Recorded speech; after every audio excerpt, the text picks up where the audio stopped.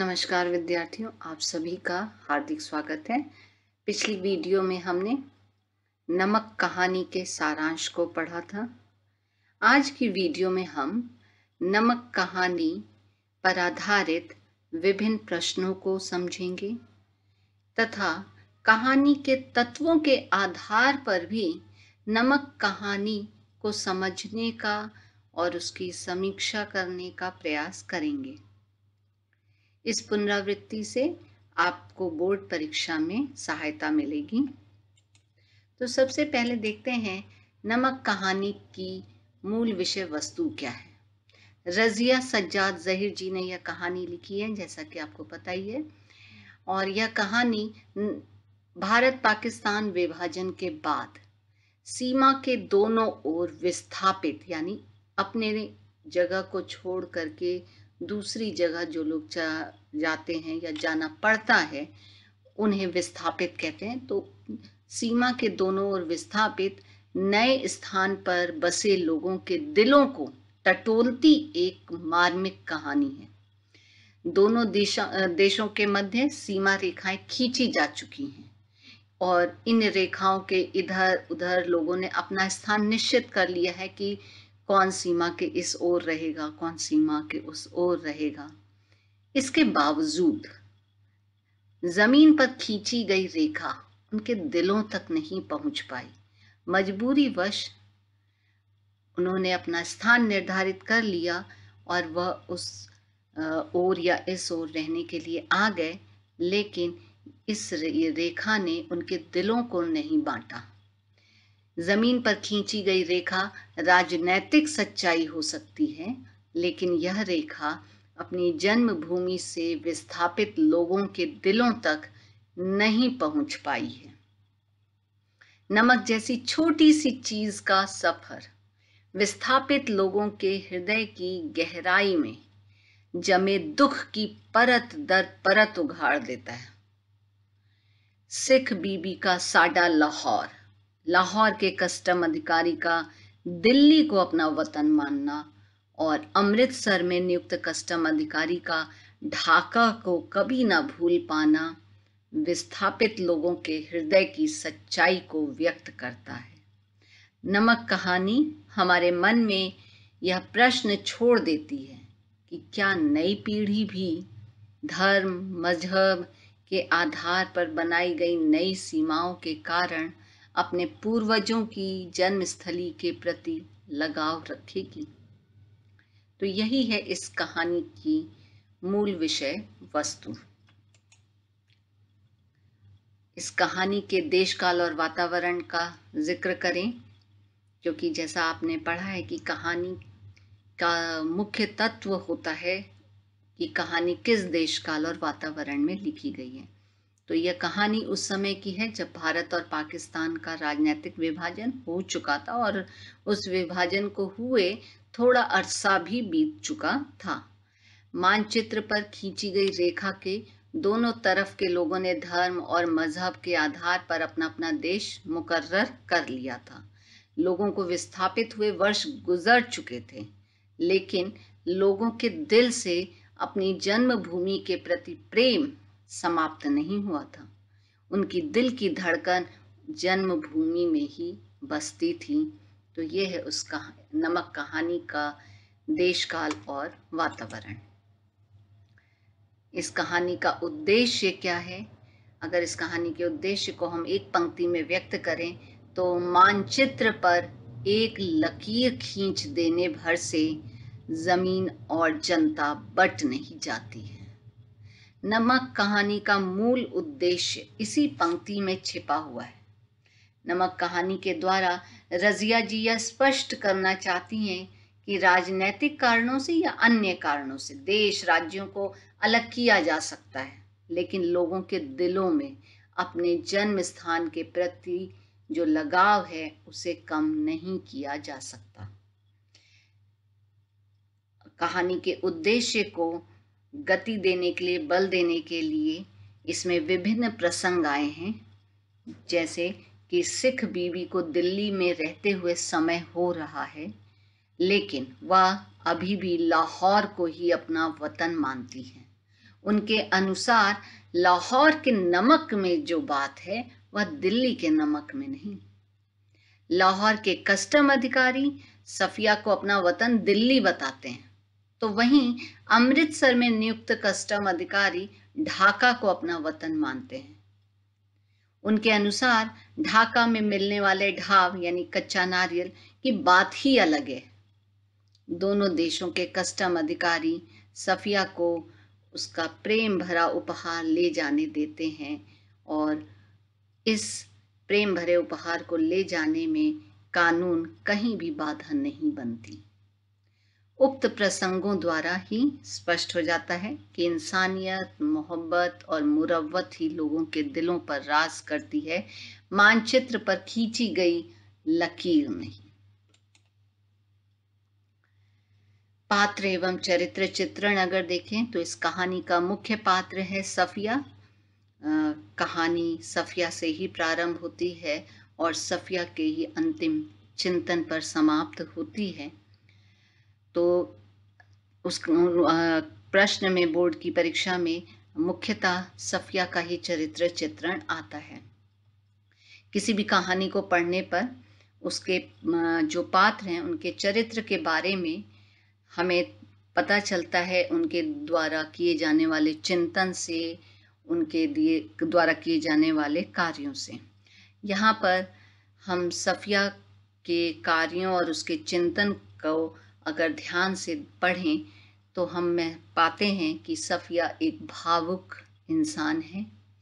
उन्होंने जो वादा किया था सिख बीवी से, उस वादे को निभाने के लिए वह कानून तक को भी तोड़ने को तैयार हो जाती हैं।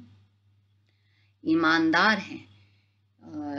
जब नमक ले जाने की बात आती है तो उनके मन में एक बार यह ख्याल आता है कि वह नमक छिपा कर ले जाएं, लेकिन अंत में वह यही निश्चय करती हैं कि वह इस प्रेम भरे उपहार को चोरी से नहीं ले जाएंगी और वह ईमानदारी से कस्टम अधिकारी के सामने नमक की पुड़िया रख देती हैं। निडर हैं। उन्होंने लाहौर में भी और अमृतसर में भी दोनों जगह कस्टम अधिकारियों के सामने निडरता से अपने प्रेम भरे उपहार नमक की पुड़िया को ले जाने की बात मान ली और अधिकारियों को बता दी। यह उनकी निडरता का ही परिचय है। वायदे की पक्की, चूंकि उन्होंने वायदा किया था कि वह नमक लेकर आएंगी, इसलिए सिख बीवी से किए गए इस वायदे को वह निभाने में सफल भी हो जाती हैं। सफिया के अलावा अगर अन्य पात्रों को देखें तो दोनों कस्टम अधिकारी और सिख बीवी एक तरह से एक ही पात्र के अलग अलग रूप हैं।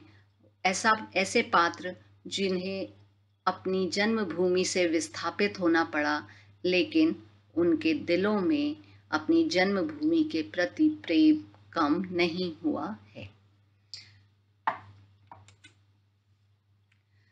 इस कहानी में कई संवाद ऐसे आए हैं जो कहानी के उद्देश्य को एक सार्थकता प्रदान करते हैं। तो आइए उन संवादों पर भी चर्चा कर लें। मोहब्बत तो कस्टम से इस तरह गुजर जाती है कि कानून हैरान रह जाता है। यह कथन पाकिस्तान अधिकारी द्वारा सफिया के बैग में नमक की पुड़िया रखते हुए कहा गया।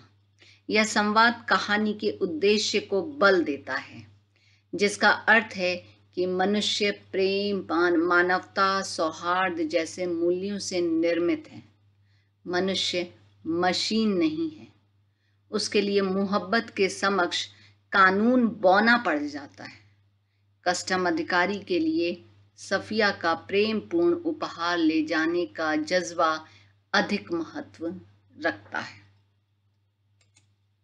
इसके अलावा कहानी के अंत में यह संवाद नहीं है, परंतु सफिया के मनोगत भाव हैं, मन में आ रहा एक विचार है जो कि कहानी के अंत में लिखा गया है और कहानी का उद्देश्य भी इसी वाक्य के चारों ओर है। किसका वतन कहाँ है? वह जो कस्टम के इस तरफ है या उस तरफ? सफिया के मन में उपजा यह विचार पाठकों के समक्ष भी चिंतन के लिए एक प्रश्न उत्पन्न करता है कि क्या सीमा रेखा खींच देने से जो लोग अपनी जन्मभूमि से विस्थापित हुए हैं, उनके मन से अपनी जन्मभूमि से जुड़ी छोटी छोटी चीजें जैसे नमक, ढाब, इनसे लगाव को कम किया जा सकता है? सिख बीबी लाहौर को अपना वतन मानती हैं तो पाक कस्टम अधिकारी दिल्ली को अपना वतन, और वहीं भारतीय कस्टम अधिकारी ढाका को अपना वतन मानते हैं। कहानी की मुख्य पात्र सफिया तीनों के विस्थापित होने के दुख और उनके द्वारा अपने जन्मभूमि के प्रति प्रेम को अनुभव करती हैं, महसूस करती हैं, क्योंकि वह एक भावुक इंसान है, साहित्यकार हैं। यही भाव सफिया के द्वारा कहे गए मनोगत संवाद के माध्यम से व्यक्त होता है। एक अन्य संवाद आया है जो सफिया अपने भाई से कह रही है, क्या सब कानून हुकूमत के ही होते हैं? कुछ मोहब्बत, मुरावत, आदमियत, इंसानियत के नहीं होते? यह संवाद सफिया तब कहती हैं जब सफिया का भाई उसे बताता है कि नमक ले जाना कानून के विरुद्ध है। तब सफिया प्रतिक्रिया में भाई को समझाना चाहती हैं कि मनुष्य मात्र कानून का गुलाम नहीं है, मनुष्य भावों से निर्मित है। कानून का आदर सम्मान सबको करना चाहिए, लेकिन जब बात प्रेम और इंसानियत की हो तो उसे इन्हें छोड़ देना चाहिए।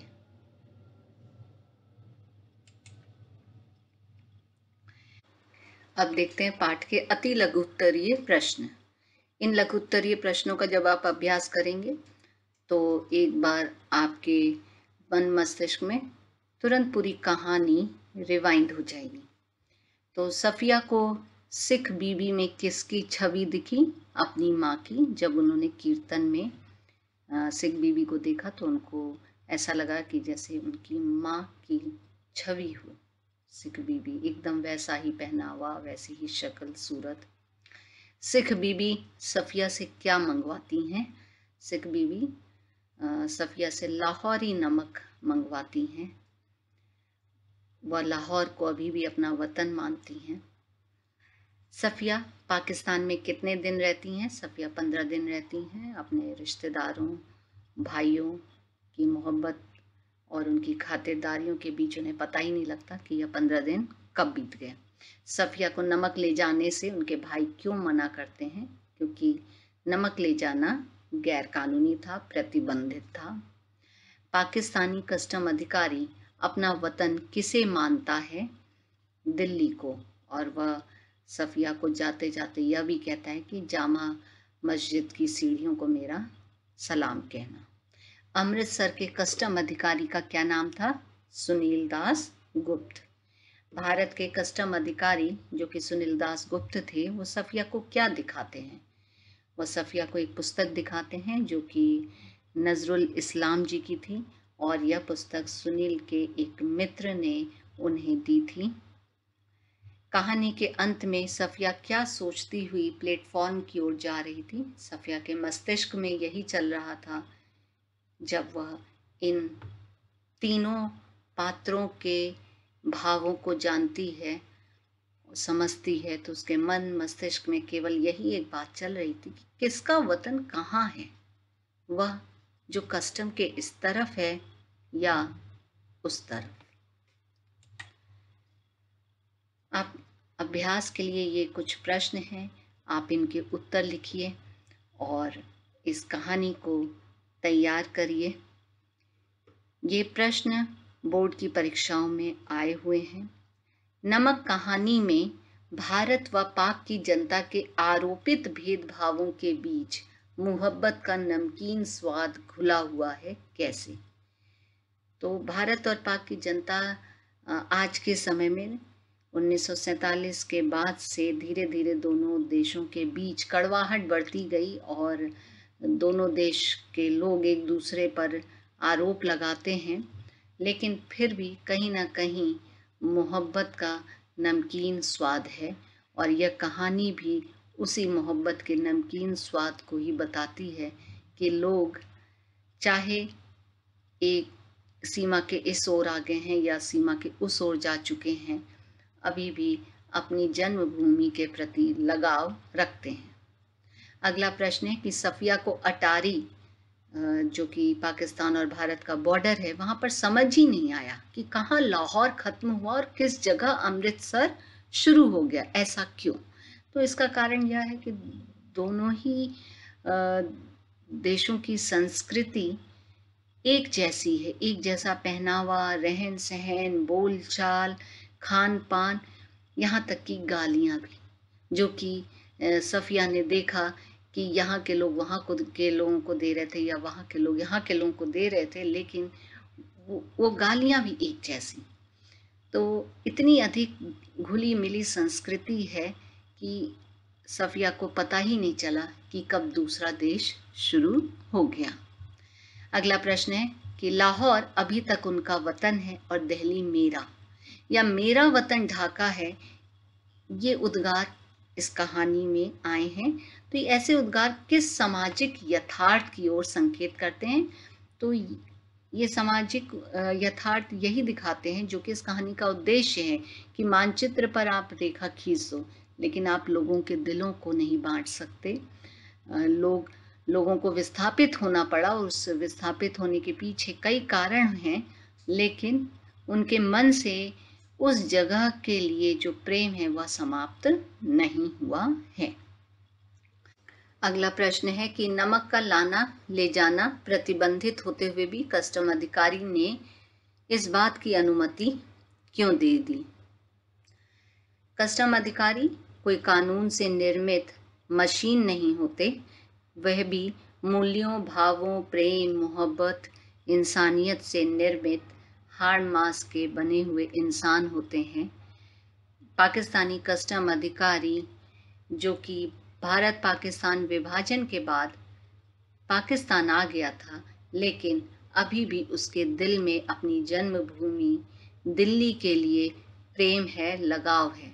इसीलिए वह सिख बीबी के द्वारा उस नमक को मंगाए जाने के महत्व को समझता है और वह सफिया को यह कहते हुए नमक ले जाने की अनुमति देता है कि मोहब्बत तो कस्टम से इस तरह गुजर जाती है कि कानून हैरान रह जाता है। आशा है कि आपको यह कहानी समझ में आई होगी।